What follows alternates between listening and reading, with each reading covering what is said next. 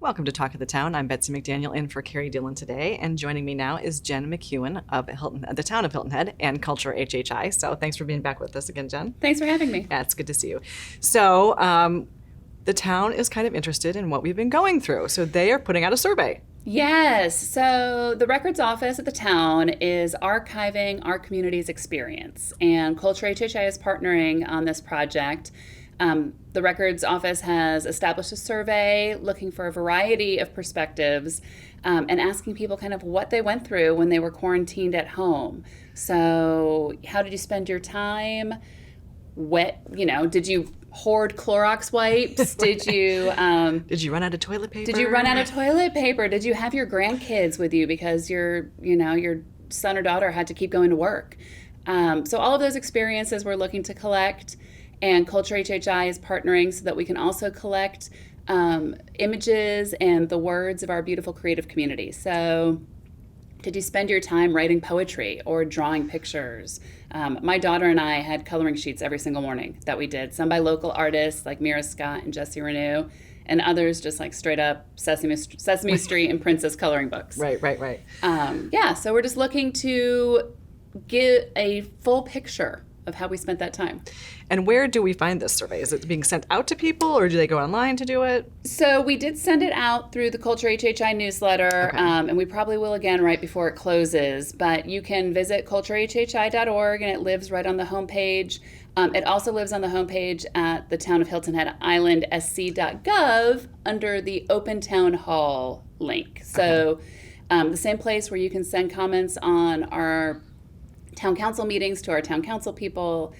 You can also go and take this survey. Okay. And you mentioned a little bit about the things you're looking to collect, but tell us a little bit more about, what somebody might submit to you. So the records department has put together a series of 7 questions to kind of prompt people in their thinking. One of them right off the top of my head is, what was the silver lining of all this? Like we recently lost our 16-year-old dog. So my silver lining is I was home for 2 months with him. Yeah. Or maybe you were home with your kids, or, maybe you had a neighbor that you ran groceries for. So, we can talk about the Chalk the Walk. We have all sorts of amazing pictures of our community, leaving messages of positivity and pictures of positivity and sidewalk chalk all over the island. Right. We did get pretty creative around here. Yeah, definitely. It's been a lot of fun to see. So when we're talking about this, obviously there's things that are going to be happening with Culture HHI that don't involve the virus. Yes. So aside from the survey, what things are coming up for Culture HHI? There's a lot going on. So most immediately, historic Mitchellville Freedom Park they normally do a Juneteenth celebration at the park. We can't do that this year, but they are partnering with a number of African-American museums from across the country to produce a virtual Juneteenth. Okay. It will happen on June 19th, and it will involve performances and lectures. I know that Dr. Lonnie Bunch, who is the first African-American director of the Smithsonian Museum, is a speaker. Also, Dr. Johnetta Cole, who is the first female African-American president of Spelman College, which is a historic Black college university. She's a speaker. So it should be a pretty amazing experience. And you can register for the Zoom link through historic Mitchellville Freedom Park. Well, that's really interesting, again, because here we are getting creative again. Yes. But now we're having, access to people that we would never normally hear from. And those are really fascinating people. I would love to hear from them. There's a lot of exciting opportunities that are available online right now. I always talk about creativity being the root of problem solving, and I think we've seen artists do this at their finest over the last few months. Yeah.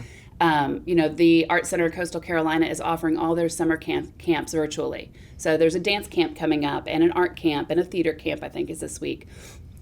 And they're bringing in performers from all over the country to participate in that.